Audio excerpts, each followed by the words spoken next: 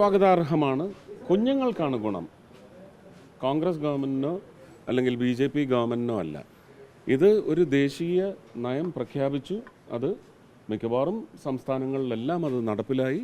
ഇവിടെയും അത് ഒപ്പിട്ടില്ല എന്നൊക്കെ പറയുന്ന വാദപ്രതിവാദങ്ങളാണ് നടന്നുകൊണ്ടിരിക്കുന്നത്. പക്ഷേ കുഞ്ഞുങ്ങളുടെ ഭാവി ജീവിതത്തെ ഇതൊന്നും ബാധിക്കരുത്. ആ തരത്തിൽ മുഖ്യമന്ത്രി ഒരു നടപടി സ്വീകരിച്ചിട്ടുണ്ടെങ്കിൽ അത് സ്വാഗതാർഹമാണ്, നല്ല കാര്യമാണ്.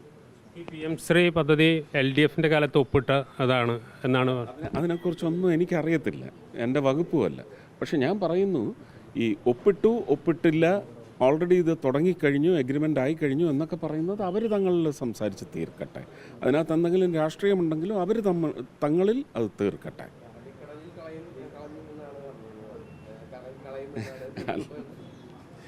ഞങ്ങൾ പറഞ്ഞു വഖഫ് നിയമങ്ങളെടുത്ത് അറബിക്കടലിൽ ചവിട്ടി താഴ്ത്തുമെന്ന് പറഞ്ഞു. അത് അവിടുത്തെ ജനങ്ങൾ ചെയ്തു.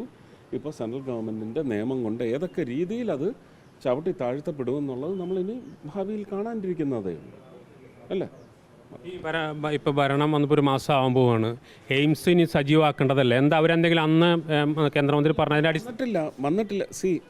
അത് ഞാൻ അന്ന് പറഞ്ഞു, അതിന് വ്യക്തമായി. മുരളിച്ചേട്ടൻ പറഞ്ഞതിനകത്തും ഒരു ചെറിയ അപാകതയുണ്ട്. എവിടെ വേണമെങ്കിലും തരാം, നിങ്ങളിനി അങ്ങ് അനൗൺസ് ചെയ്തോ, അങ്ങനല്ല.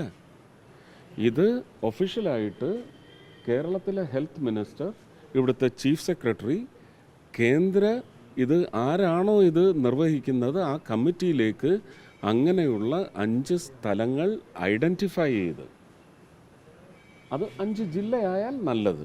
കേരളത്തിൻ്റെ മൊത്തത്തിലുള്ള വികസനം എന്ന് പറയുന്ന കാഴ്ചപ്പാടോടുകൂടി ഒരു പ്രദേശത്തിന് എങ്ങനെ വികസനം പുതുതായി വരുന്നു എന്ന ഒരു വാല്യൂ ആഡ് കമ്പണൻറ്റ് കൂടി പരിശോധിച്ചുകൊണ്ട് ആ സ്ഥലങ്ങൾ അവിടെ പ്രപ്പോസ് ചെയ്താൽ അവിടെയാണ് പിന്നെ സംസ്ഥാന സർക്കാരുമായിട്ട് ചർച്ചയ്ക്ക് ശേഷം ഈ സ്ഥലം നിശ്ചയിക്കപ്പെടുന്നത്.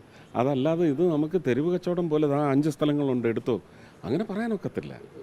നേരിന്റെ വാർത്തകൾ നിങ്ങളുടെ വിരൽത്തുമ്പിലെത്താനായി സാഗ് ന്യൂസ് ചാനൽ സബ്സ്ക്രൈബ് ചെയ്തും ഷെയർ ചെയ്തും ഒരു ശരിയായ മാധ്യമ നിലപാടിനൊപ്പം നിൽക്കാൻ ഞങ്ങൾ നിങ്ങളെ ക്ഷണിക്കുന്നു.